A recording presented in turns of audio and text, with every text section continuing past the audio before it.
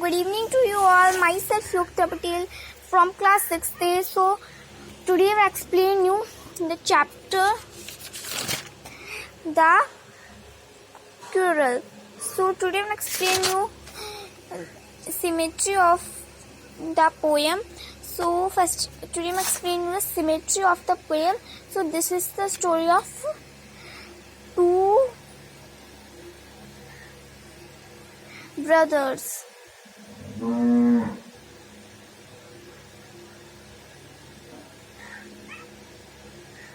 So this is the poem of two brothers, and now I explain you the symmetry. So here is written, the poet is trying to explain how a quarrel between two brothers began and end without any reason. तो यहाँ पे वो जो poet है वो बताने की कोशिश कर रहा है, मतलब कि एक्सप्लेन करने की कि जो quarrel मतलब कि लड़ाई होती है जो दो ब्रदर्स के बीच में, जिसकी कोई एंडिंग नहीं होती, मतलब कि बिना किसी रीज़न के लड़ाई होनी जाती है। हमारे ब्रदर सिस्टर से हमारी लड़ाई हो जाती है। सो हम लोग खेल रहे हो लूडो। अब हमें ये फर्स्ट ब्रदर, ये big brother and this is small brother. So मान लीजिए कि आपका जो बड़ा भाई है वो हार गया और जो छोटा भाई है वो जीत गया।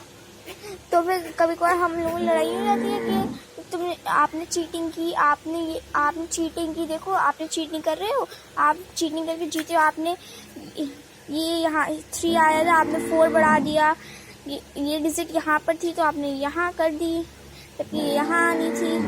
तो ऐसी बहुत सारी लड़ाई हो जाती है। लूडो खेलते हो, बहुत सारे गेम्स खेलते हो, या फिर बिना कोई गेम के ऐसे ही कुछ कर रहे हो आप। तो आगे बताया गया है,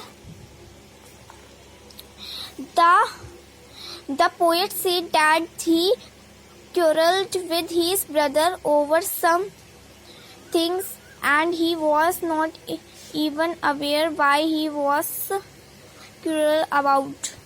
यहाँ पे बता रहा है जो बच्चा है, पोएट बता रहा है उन दोनों बच्चों के बारे में कि वो जो दोनों बच्चे थे वो लड़ाई करते थे ओवर सम, कहीं भी लड़ाई कर लेते थे, उन्हें कोई मतलब नहीं था, वो हर जगह कहीं भी लड़ाई कर सकते थे। तो आगे तो इन्हें क्या कहते हैं, even was not even aware. अब बिना किसी अवेयर के वो लड़ाई करने लगते थे, एकदम से लड़ाई करना शुरू कर दिया, मतलब कोई रीज़न हुआ और लड़ाई करना शुरू, जबकि वो रीज़न लड़ाई का ना हो तब भी इस पर लड़ाई हो जाती है हमारी। तो आगे क्या है हमारा, one thing was giving way to another and while filtering both of them fell down. So यहाँ पे इतना बता देती हूँ पहले आपको कि मैं पहले ऐसे बना लेती हूँ वरना मुझे कंफ्यूजन होगी मैं कौन से लाइन में हूँ। तो यहाँ पे है कि यहाँ पे एक चीज़ बताई गई है कि एक बार वो वाइट फिफ्टिंग करते हुए वो दोनों क्या है फील डाउन हो गए। तो क्या हुआ आगे ये हुआ कि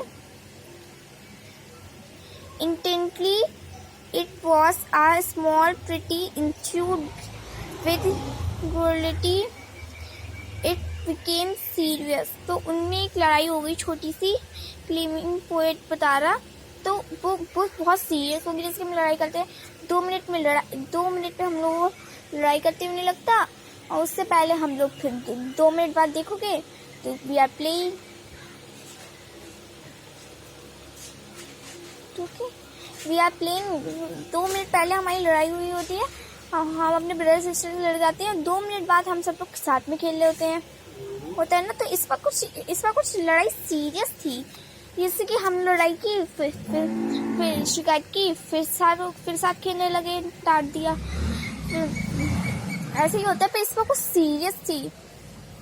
तो आगे पढ़ते हैं हम क्या है, The poet was claimed to be right, which and he know that he was wrong, तो पोएट बता रहा था क्लेमिंग के टाइम उसे पता था कि वो राइट है, वो राइट हार्ट है, पर उस पर ही वॉज रॉन्ग, पर वो क्या था, वो गलत था।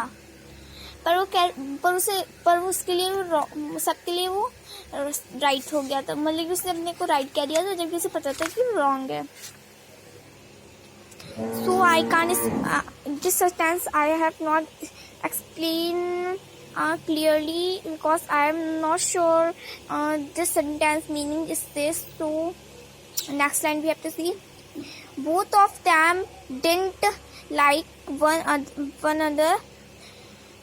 In the afternoon something went wrong. और वो दोनों एक दूसरे को बहुत बिल्कुल लाइक नहीं करते थे, और एक बार आफ्टरनून में कुछ गलत हुआ। क्या हुआ कि देखते हैं। Then suddenly his brother hit him to the back and asked him to come along as it possible or write to linger its accused touch out the night. So sir, I have some confusion about this, so it's a you can tell me about this in tomorrow video of school. So I have not understand this sentence. So next is here, he also claimed to be on the wrong side. उसे पता वो गलत रास्ते पे चल रहा था.